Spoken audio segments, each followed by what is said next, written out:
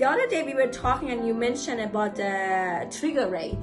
Can you explain what the trigger rate is and how can people, what they can do after they reach to trigger rate? Absolutely. So the trigger rate is something that applies to anyone that has a variable rate mortgage. So with all the increases of the Bank of Canada rates, with people with variable rates see their own rates go up. With their payments remaining static, the allocation of principal and interest changes. With every payment, more and more is going towards interest and less is going towards the principal. So the trigger rate is the rate at which the payments being made are no longer sufficient to cover the interest portion of the payment.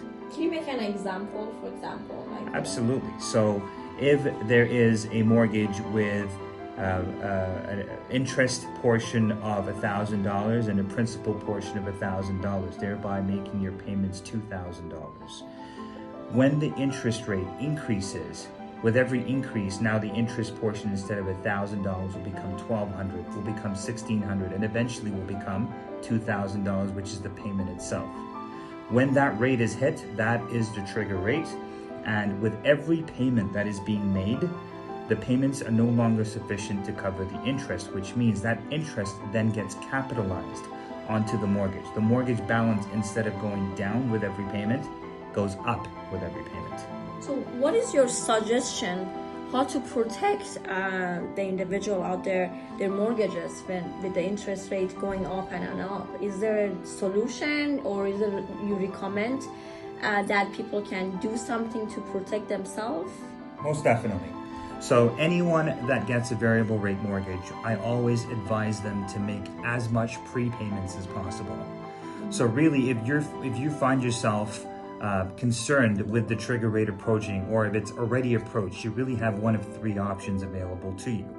Option number one, you can increase your principal and interest payments.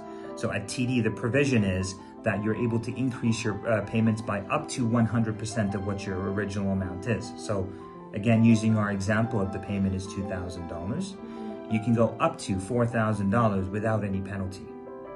Oh, that's great. So okay, that's option one.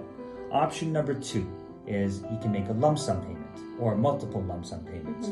So again, at TD, the provision is 15% of the principal mortgage amount per year without penalty. Right. So to reduce the amount of interest being charged on whatever the remaining balance is, you reduce the balance.